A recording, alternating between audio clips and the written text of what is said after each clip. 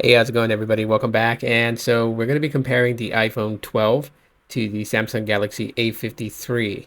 Now, the Galaxy A53 is a mid-range device offered by Samsung, and the iPhone 12 is an older flagship device. Um, there's always that question of should you go with a more current mid-ranger or should you go with an older flagship? And in this case, I gotta say, with the performance between the two, uh, I would say if you're more hung up on performance, then you definitely want to go with an older flagship. Now, the Galaxy A53, don't get me wrong, is no slouch at all whatsoever. As a matter of fact, a lot of the issues that it had in Android 12 moved over to Android 13 and kind of fixed a little bit of the bug issues that I've experienced. And with Android 14, aka One UI 6.0, um, a lot of it has been alleviated. So it's a smoother experience, but it's about as smooth as you're going to get with the Exynos 1280 chip, which is not really the best chip. And Exynos chips have been known to be a bit buggy and sluggish. So that's just something that you can't really overcome with the Galaxy A53. However, with photography, you got a 12 megapixel wide angle, a 64 megapixel sensor, you got a 5 megapixel macro, and a 5 megapixel depth sensor. So you got a little bit more sensors to play around with if you're into photography and you just kind of want to have a little bit of fun with it. And on top of that, One UI is fun to use with those the AR zone and coming up with some really cool things. Um, but you can't overlook the fact that this is a mid-range device. However, it is in my top for mid-range devices and does fairly well with maneuvering through apps that I use and just yeah, media consumption, music, those types of things. It does really good.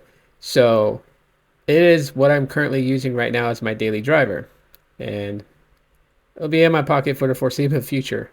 But comparing that to the iPhone 12 been supported for many years already. Came out in 2020, and is currently up to date on iOS 17.1.2, and it's still a champ. Smooth. Um, and yes, on the Galaxy A53, I have it at 60 hertz refresh. The iPhone 12 does not do anything higher than 60 hertz, so just keep it on an equal playing field. But even though it's 60 hertz refresh on the iPhone, it is smooth for it being 60 hertz. Therefore, doesn't really feel like it is. I would say maybe it's like 90 hertz is what it feels like to me, but that's just me. But yeah, it is still smooth. It is still kicking. It's chugging along just fine. And comparing it to my A53, holding it in hand without a case, for those who worry about premium feeling, the iPhone 12 is obviously going to be premium feeling. I do love the squared sides on both of them, so they both have them. But the iPhone's um, more well-rounded. I mean, it's metal, you can feel it. It's got that cold feel to it.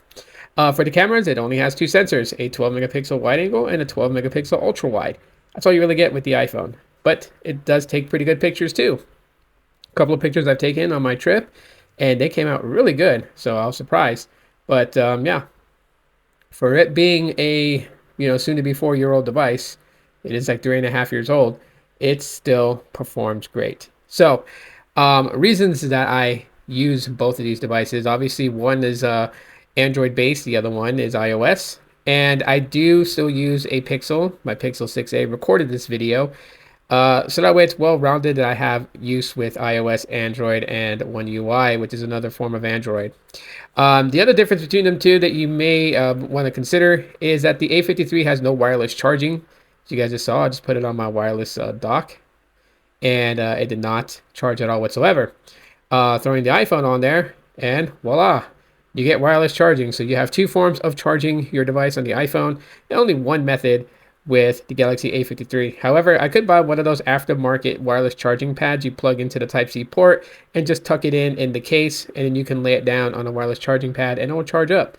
But that's having to buy an accessory versus it being natively built in. So if wireless charging is a big deal to you, then go with the iPhone.